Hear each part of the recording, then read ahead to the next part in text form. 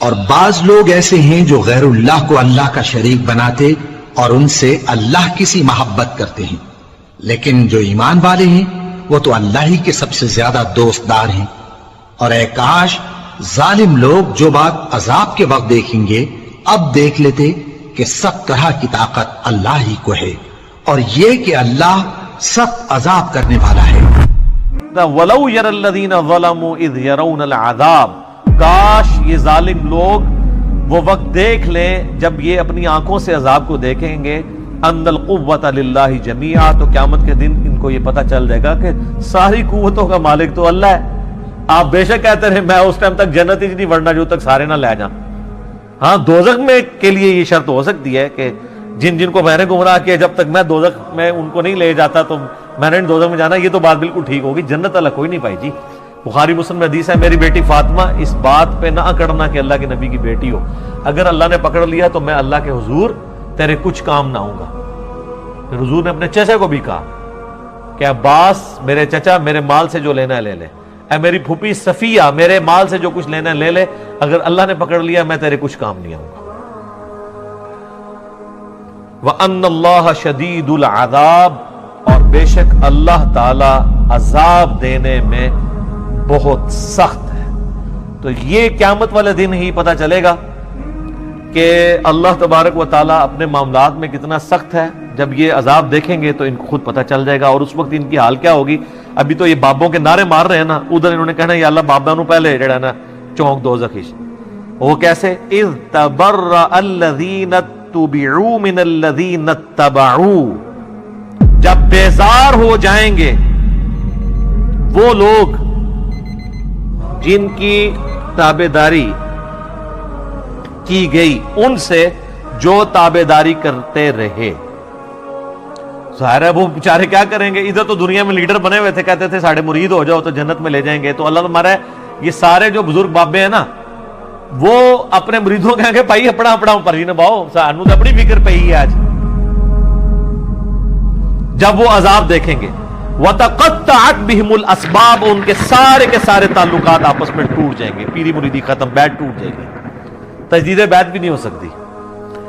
وَقَالَ الَّذِينَ اتَّبَعُوا، تو پھر جب وہ یہ مرید یہ دیکھیں گے نا جو اتباع کرنے والے تھے، وہ کہیں گے لَوْ أَنَّ لَنَا كَرَّةً، کاش ہم دنیا میں ایک دفعہ دوبارہ چلے جانا، پھر تو ہم پوچھ لیں گے تسی تاڑے نعرے مار مار کے تو چندے دے دے کے فَنَتَبَرَّأَ مِنْهُمْ كَمَا تَبَرَّؤُوا مِنَّا، تو ہم بھی تم سے بیزاری دنیا میں ظاہر کریں گے جس طرح آج تم ہم سے بیزار ہو رہے ہو نا۔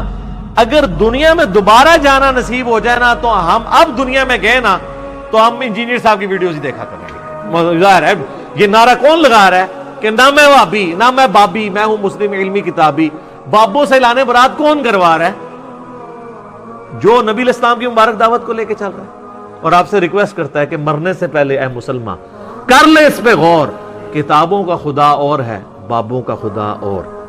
اچھا وہ یہ کہیں گے یار یہ تو کافروں کے بارے میں آیات ہے، ان سے صرف ایک معصومانہ سوال کریں کہ یہ بتائیے، ہم لوگوں سے یہ کرتے تھے کہ یہ بتائیں کہ یہ جو آیات ہے اس میں غلام احمد قادیانی فال کرے گا کہ نہیں، کہ جو قادیانی ہیں وہ قیامت والے دن جب غلام احمد قادیانی کہے گا آج تو میں خود عذاب میں جا رہا ہوں، میں تمہارا کیا کروں، تو قادیانی یہ کہیں گے کہ کاش ہم دنیا میں چلے جائیں تو ہم بھی تجھ سے لانے دیں، کہتے ہیں بالکل کریں گے۔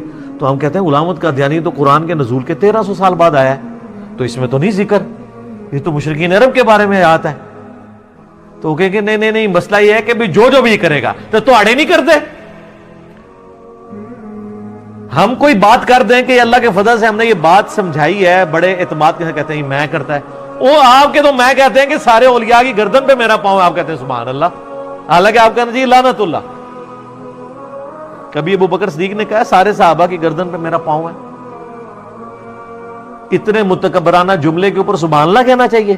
شیخ عبد القادر کی طرف جھوٹ منسوب ہے، ہم نہیں کہتے انہوں نے کہا ہوگا، اگر انہوں نے کہا تو وہ پھر اولیاء اللہ نہیں ہوں گے، اور اگر اولیاء اللہ میں سے ہیں تو وہ اتنے تکبر کے ساتھ نہیں بول سکتے۔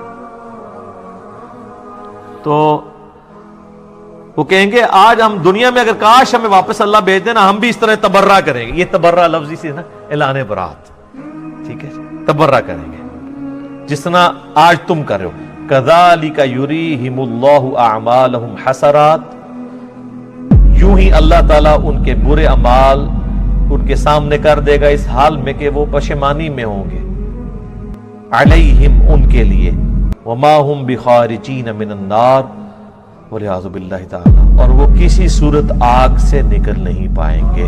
اللہم اجرنا من النار، اللہم انی اعوذ بک من عذاب جہنم ومن عذاب القبر ومن فتنة المحیا والممات من شر فتنة المسیح الدجال، ربنا اصرف عنا عذاب جہنم ان عذابها کان غراما۔ آمین۔ تو یہ دیکھ لیں، یہ آخرت میں یہ کچھ ہونا ہے۔ تو دنیا میں اگر کسی کو پتہ چل جاتا ہے، سورہ الاحزاب پڑھ کے دیکھ لیں، وہاں پہ وہ کہیں گے کہ ہمارے بزرگوں کو دگنا عذاب دے اللہ، جن کی وجہ سے ہم گمراہ ہوئے، بالکل آخری رکوع میں۔ تو آپ یہ قادیانیوں کی تو میں نے بس مثال دی ہے، آپ دیوبندیوں سے اگر پوچھ لیں کہ یہ احمد رضا بریلوی صاحب کے ماننے والے ان کے بارے میں یہی کہیں گے، بالکل کہیں گے، اور بریلویوں سے پوچھے کہ اشرف تھانوی صاحب کے ماننے والے قیامت دن یہی کہیں گے، بالکل کہیں گے۔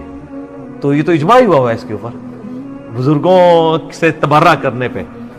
تے اے تبرے جڑے نا بزرگوں سے کرو جے کرنے جے اعلان برات، ٹھیک ہے، اس سے پہلے کہ وہ آپ سے اعلان برات کریں۔ اور دیکھیں اللہ تعالیٰ کتنا شفیق ہے، اس نے قیامت کی جو وہ ویڈیو تھی نا پہلے ہی چلا دی ہے، تاکہ وہاں جا کے آپ کو شرمندگی جو ہونی ہے نا پہلے ہی پتہ چل جائے، اور آپ مرنے سے پہلے غور کر لیں۔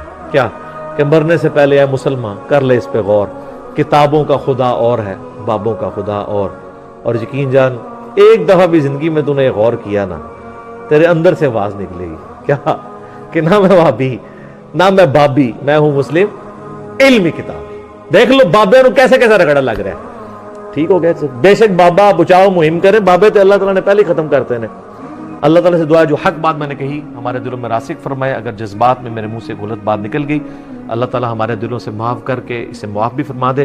سبحانک اللہم وبحمدک اشہد ان لا الہ الا انت استغفرک واتوب الیک وما علینا الا البلاغ المبین۔ جزاکم اللہ۔